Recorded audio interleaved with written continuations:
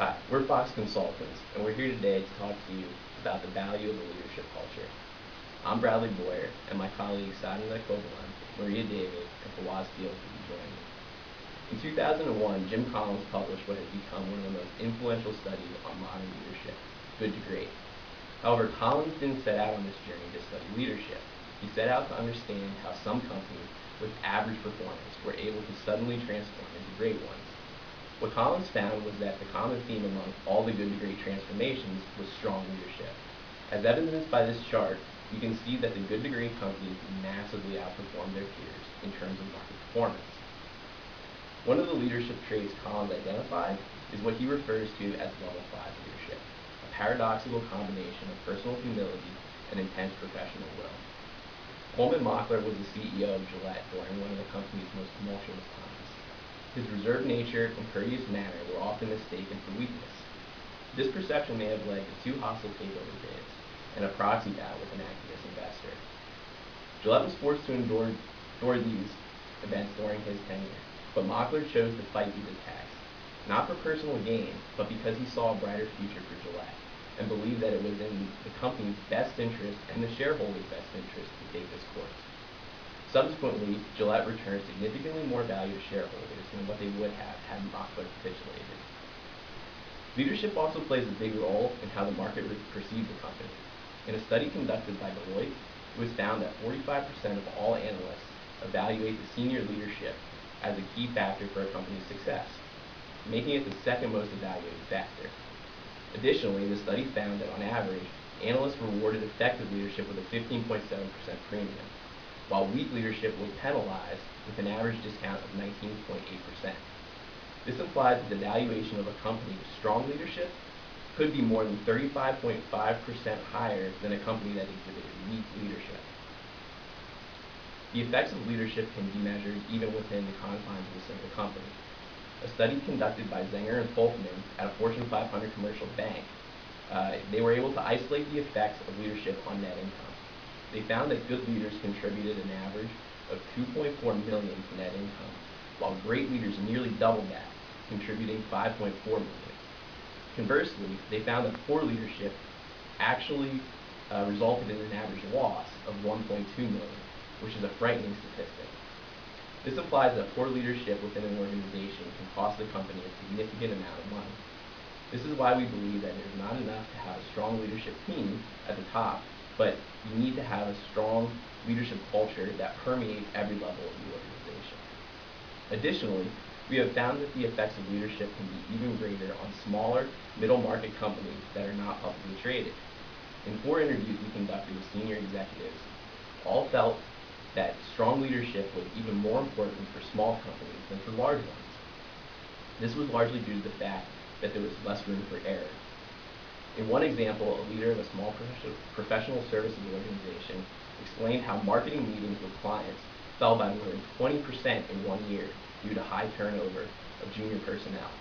While there were multiple factors that played into this high turnover rate, the executive felt strongly that leadership would have prevented much of it. We'll now further explore the dangers of poor leadership through a case study on BlackBerry. We understand that you're market leaders and have been doing well. Even BlackBerry was doing well. Back in 2009, BlackBerry was named by Fortune magazine as one of the fastest growing companies in the world. They had 20% of the smartphone market share. Today, they have less than 3%. Clearly, BlackBerry's leadership was poor. Instead of realizing that their core business was under fire, they saw that subscriber numbers and sales were rising. When BlackBerry was enjoying its profit and market share, Google and iPhone gradually took over the market, and BlackBerry failed to realize this. BlackBerry's decline has become a case study about what happens when a tech giant fails to innovate and fails to change according to the customer's needs and market trends. To avoid this, it is extremely important to establish a strong leadership culture. Cowles and Posner came up with a framework that describes the 5 practices for exemplary leadership. They are modeling the way, inspiring a shared vision, challenging the process, enabling others to act, and encouraging the heart. Modeling the way deals with clarifying what you believe in and aligning your actions with it, that is, walking the talk. Inspiring a shared vision is about envisioning the future possibilities and enabling others to share in the vision. Challenging the process. Now, leaders challenge the process by experimenting, taking risks, and learning from failure. Teamwork is at the core of enabling others to act. A leader strives to create a trusting environment and help in developing others. The final practice is encouraging the heart. It concentrates on creating a spirit of community and recognizing everyone's contribution. The two practices which we believe to be most critical are challenging the process and enabling others to act, about which Maria is going to talk. You are a market leader and you're enjoying success. But how do you continue to enjoy the success? The key to this is to challenge the process. You can achieve this by searching for new opportunities and create a laboratory for experimentation and risk-taking where employees feel safe to challenge the status quo. In order for us to create this environment, we can use Kotter's model, which is a roadmap to change. The first step of Kotter's model is to establish a sense of urgency by examining the market and the competitors. This connects to seizing the initiative and exercising outside. This can be done by creating a powerful guiding coalition. Now, all of this is possible if you have created a strong vision and communicated that vision through every vehicle possible. The next step is to empower others to act on the vision by getting rid of obstacles and by encouraging risk-taking. Next is to plan for and create short-term wins. Then, by consolidating improvements and producing more change, you can institutionalize new approaches. Deloitte surveyed millennials born in 1982 and later that had a minimum of an undergraduate degree and were currently full-time employees. They surveyed approximately 5,000 millennials in 16 markets around the world. They found that 52% feel innovation placed their company at a competitive advantage and 78% feel innovation is essential for business growth. This makes it essential for companies to create an innovation culture to attract new talent. One dimension of transformational leadership is intellectual stimulation, which is building a foundation for learning, growth, innovation, and creativity. Innovation needs to start before the cycle ends, that is, before the inflection point. Now, how do you know you're hitting the inflection point? You never know. So the best companies are forever paranoid and make innovation a continuous process. This emphasizes the sense of urgency and searching for new opportunities. Steve Jobs understood this when he returned to Apple. In 2002, he challenged his company to break out of the mature computer industry where Apple had never garnered more than 10% market share. He told Times Magazine in 2002, "I would rather compete with Sony than Microsoft." With its innovative approach, a giant such as Apple has been able to show a whopping 71% growth in a single quarter. Now, Steve Jobs created this innovation premium, which is the difference between their market capitalization and the net present value of cash flows from existing businesses. Global competition and a weak economy have made growth more challenging than ever. Yet some organizations such as Apple, Amazon, Starbucks, Tesla, P&G, and Google seem to defy the laws of economic gravity. Now, Howard Schultz realized Starbucks had lost its way and he knew he couldn't solve it on his own. So instead of burying his head in the sand, he flew in every store manager from around the world to help redesign his cafe experience. He realized that the frontline employees were his most valuable asset and he used them to foster collaboration. This transitions into the next leadership principle, enabling others to act, which Fawaz will be talking to us about. According to Gallup, enabling others increases profits and decreases turnover. Gallup developed 263 research studies across 192 organizations in 49 countries and 34 countries. They statistically calculated the work unit level relationship between employee engagement and non-performance outcomes such as customer ratings, profitability, productivity, turnover, safety incidents, shrinkage, and quality defects, just to name a few.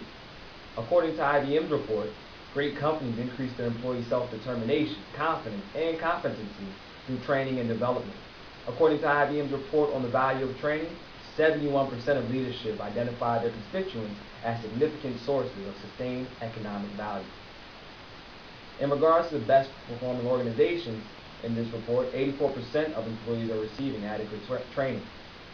The results of this report emphasizes one of the key principles of exemplary leadership, which is to enable others to act by strengthening others.